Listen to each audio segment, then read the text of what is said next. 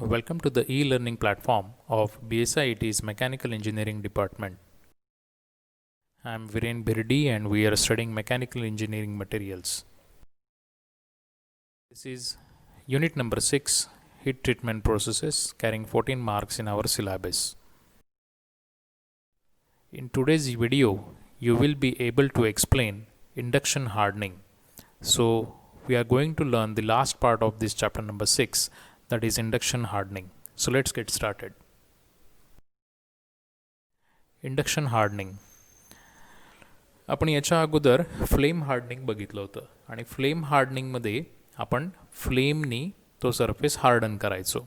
So in induction hardening the danger of either overheating or burning the surface of the metal by flame hardening is avoided. Right. Flame हार्डनिंगमध्ये समजा एखाद्या ठिकाणी flame जास्ती वेळ राहिली तर त्या ठिकाणी ओव्हरहीटिंग होऊन बर्न होण्याची शक्यता आहे आणि ते टाळण्यासाठी आपण इंडक्शन हार्डनिंगचा यूज करतो. Here heating is done within thin layer of surface metal using high frequency induced currents. या ठिकाणी आपण जे हार्डनिंग करणार आहे त्याच्यासाठी हाय फ्रिक्वेन्सी इंड्यूस्ड करंट्सचा वापर करणार आहे. The component is heated by means of an inductor coil which consists of one or more tons of water-cooled copper tube. या ठिकाणी आपण या इंडक्शन हार्डनिंगमध्ये जे काही कॉम्पोनंटला हीट करायचं आहे अबव ऑस्टेनेटिक टेम्परेचर ते आपण एका वॉटर कूल्ड कॉपर ट्यूबच्या सहाय्याने गरम करून त्याला अबव ऑस्टेनेटिक टेम्परेचर नेतो. High frequency AC current flowing through the inductor generate alternating magnetic field. ही जी वॉटर कूल्ड कॉपर ट्यूब आहे याच्यातून आपण AC करंट पास करणार आहे आणि त्या AC करंट पास केल्यामुळं ते एक अल्टरनेटिंग मॅग्नेटिक फील्ड जनरेट करतं. This electromagnetic field induces AD currents of same frequency in the surface layer which rapidly hit the surface of the component. यामुळं जे काही इलेक्ट्रोमॅग्नेटिक फील्ड तयार झालेलं आहे that induces the eddy currents of same frequency. तो जो surface layer आहे त्याच्यामध्ये हे एडी करंट्स तयार होतात आणि त्याच्यामुळं तो जो सरफेस आहे कॉम्पोनंटचा तो एकदम फास्ट गरम होतो. Within a short period of 2 to 5 minutes the temperature of surface layers comes to above its upper critical temperature followed by quenching. 2 ते 5 मिनिटातच तो जो सरफेस आहे त्या सरफेस लेअरचं टेम्परेचर हे अबव अप्पर क्रिटिकल टेम्परेचर जातं आणि मग त्याचं ऑस्टोनाईटमध्ये रूपांतर होतं आणि that will be followed by quenching. म्हणजे आपण ते कुठल्या तरी क्वेंचिंग मीडियममध्ये बुडवणार तो कॉम्पोनंट, त्याला आपण हार्ड करणार. क्वेंचिंग झालं की ऑटोमॅटिकली ऑस्टोनाईटचं रूपांतर मार्टेनसाईटमध्ये होईल आणि martensite is a hard phase and that is the reason the surface will become hard. याचं सोपं उदाहरण झालं तर आपल्याला लोहार माहिती आहे की जो जर एखादं छन्नी किंवा काहीतरी हार्ड करायची असेल तर तो काय करतो की त्या छन्नीला टॉंगनी धरलेलं असतं आणि भात्याच्या सहाय्याने तो त्या निखाऱ्यांमध्ये त्या छन्नीला एकदम गरम करतो. गरम म्हणजे किती, आपल्याला ती छन्नी लाल झालेली दिसते, बरोबर आहे. आणि मग ते लाल झालेलं आहे म्हणजेच आपल्या मेटलर्जीच्या भाषेमध्ये ते ऑस्टेनेटिक टेम्परेचरमध्ये गेलेलं आहे आणि मग ती लाल झालेली छन्नी तो एकदम पाण्यामध्ये बुडवतो म्हणजेच आपण क्वेंचिंग करतो. आणि ते गरम झालेलं लाल झालेली जी काही छन्नी आहे ती एकदम पाण्यात घातल्यामुळं विदाऊट एनी मधले काही फेजेसमध्ये न जाता the austenite gets transformed into martensite आणि ते हार्ड होतं. लक्षात आलं.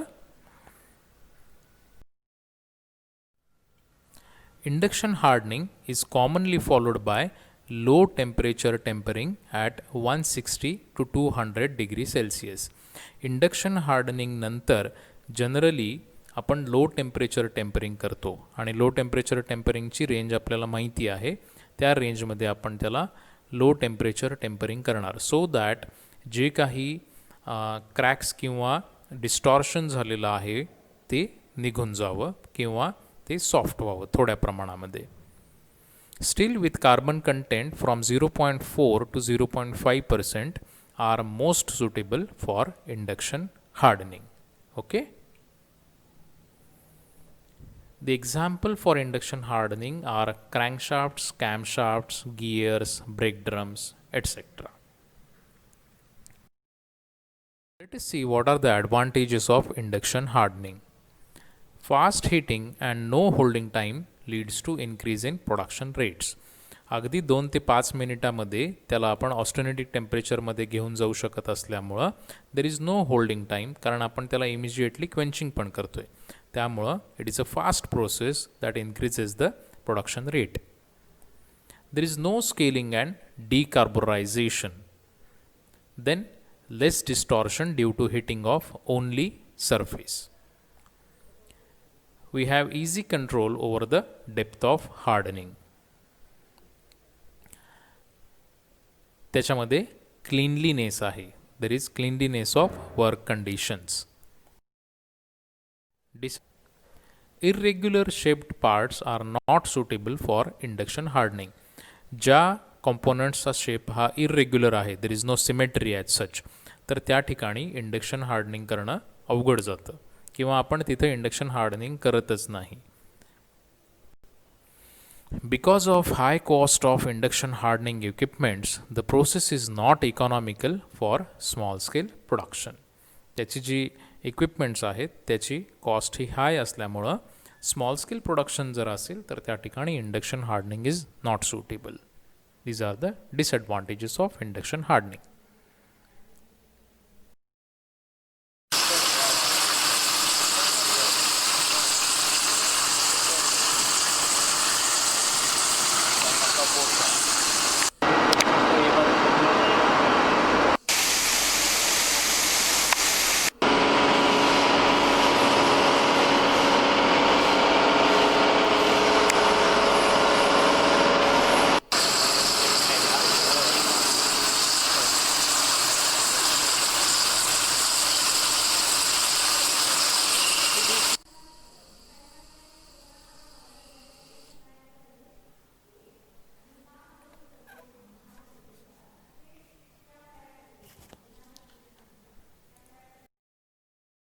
So that was the video of induction hardening. In the next video, we will start with the new chapter. Then, stay safe, stay home, study well. Thank you.